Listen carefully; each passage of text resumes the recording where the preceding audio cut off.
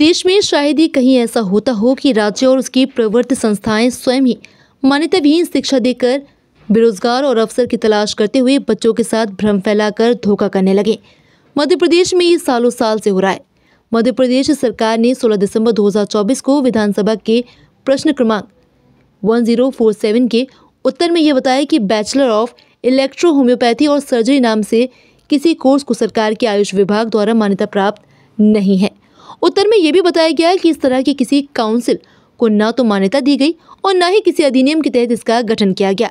सरकार ने यह भी बताया कि भविष्य में भी BEMS नामक किसी कोर्स को ना तो मान्यता देने का विचार है और ना ही सरकार ऐसा कोई अधिनियम बनाने पर विचार कर रही है।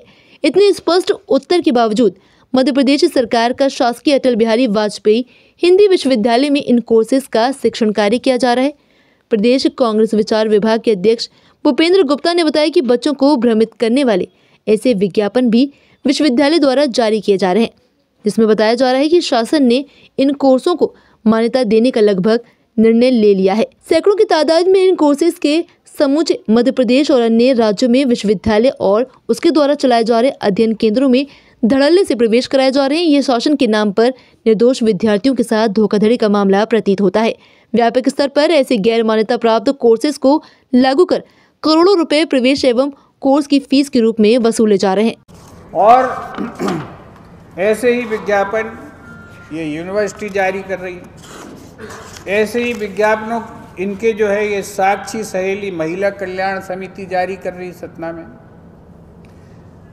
ऐसे ही विज्ञापन जो है ये नरसिंहपुर में इनका 304 नंबर का अध्ययन केंद्र जारी कर रहा है। ऐसा ही इनका 392 नंबर का अध्ययन केंद्र जारी कर रहा है। ऐसा ही इनका 525 नंबर का अध्ययन केंद्र जारी कर रहा है। और प्रदेश के बाहर और प्रदेश के अंदर ये देखेंगे ये विज्ञापन जो है 375 नंबर के अध्ययन केंद्र ने जारी किया। हजारों बच्चों को एडमिशन देके लाखों रुपए की फीस वसूली जा रही है। ये बात मैं क्यों उठा रहा हूँ? इसलिए उठा रहा हूँ कि 16 दिसंबर 2024 मध्य प्रदेश की सरकार ने विधानसभा में ये सवाल हमने कांग्रेस के लोगों ने लगाया था संजय उइके जी के हमारे विधायक के माध्यम से, और वो सवाल मैं आपको सुनवाना चाहता हूँ और उसके बाद आपको समझ आएगा कि ये विज्ञापनों की कापियाँ मैं क्यों दिखा रहा हूँ। संजय उइके जी ने पूछा था कि क्या आयुष मंत्री ये बताने की कृपा करेंगे कि प्रदेश में विभाग द्वारा बैचलर ऑफ इलेक्ट्रो होम्योपैथी एवं सर्जरी की काउंसिल कॉलेज पैथी को मान्यता दी गई है? यदि हाँ तो किन किन काउंसिल कॉलेजों को कब कब मान्यता किस अधिनियम के तहत दी गई?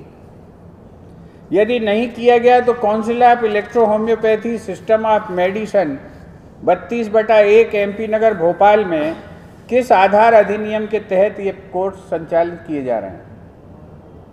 क्या विभाग BEMS को मान्यता देने अधिनियम बनाने का विचार कर रही है?